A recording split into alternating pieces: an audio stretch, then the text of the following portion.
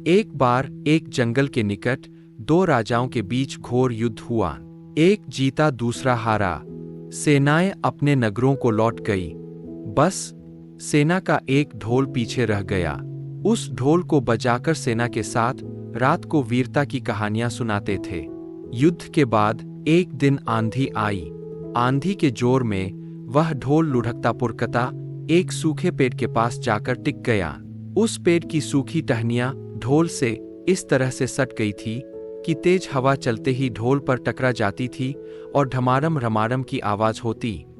एक सियार उस क्षेत्र में घूमता था। उसने ढोल की आवाज सुनी। वह बड़ा भयभीत हुआ।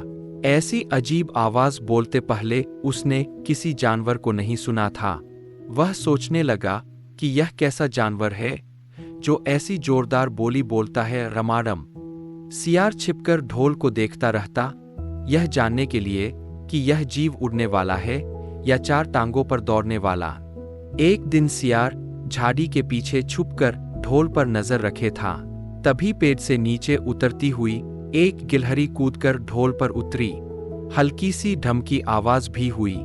गिलहरी ढोल पर बैठी दाना कुतरती रही। सियार बड़बड़ाया, ओह, तो यह कोई हिंसक जीव नहीं है, मुझे भी डरना नहीं चाहिए। सियार फूंक फूंक कर कदम रखता ढोल के निकट गया। उसे सूंघा।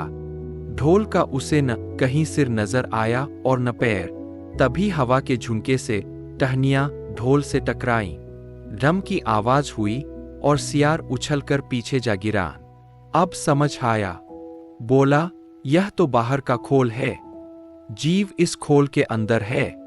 आवाज बता रही है कि जो कोई जीव इस खोल के भीतर रहता है वह मोटा ताजा होना चाहिए, तभी ये ढम ढम की जोरदार बोली बोलता है।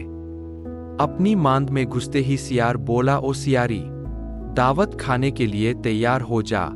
एक मोटे ताजे शिकार का पता लगाकर आया हूं। सियारी पूछने लगी, तुम उसे मारकर क्यों नहीं लाए? सियार ने उसे झिटकी दी, क्योंकि मैं तेरी तरह मूर्ख नहीं हूं। वह एक खोल के भीतर छिपा बैठा है। खोल ऐसा है कि उसमें दो तरफ सूखी चमड़ी के दरवाजे हैं। मैं एक तरफ से हाथ डाल उसे पकड़ने की कोशिश करता तो वह दूसरे दरवाजे से न भाग जाता। चांद निकलने पर दोनों होल की ओर गए। जब वह निकट पहुंच ही रहे थे कि फिर हवा से टहनियां ढोल पर टकराईं और ढम ढम की आवाज निकली। सियार सियारी के कान में बोला, सुनी उसकी आवाज? जरा सोच, जिसकी आवाज ऐसी गहरी है वह खुद कितना मोटा ताजा होगा। दोनों ढोल को सीधा कर उसके दोनों ओर बैठे और लगे दांतों से ढोल के दोनों चमड़ी वाले भाग के किनारे फाड़ने। जैसे ही चमड़ियां कटने लगी, सियार बोला, होशियार रहना, एक साथ हाथ अंदर डाल शिकार को दबोचना है। दोनों ने हूं की आवाज के साथ हाथ ढोल के भीतर डाले और अंदर टटोलने लगे। अदन्र कुछ नहीं था। एक दूसरे के हाथ ही पकड़ में आए। दोनों चिल्लाए, है यहां तो कुछ नहीं है, और वे माथा पीट कर रह गए।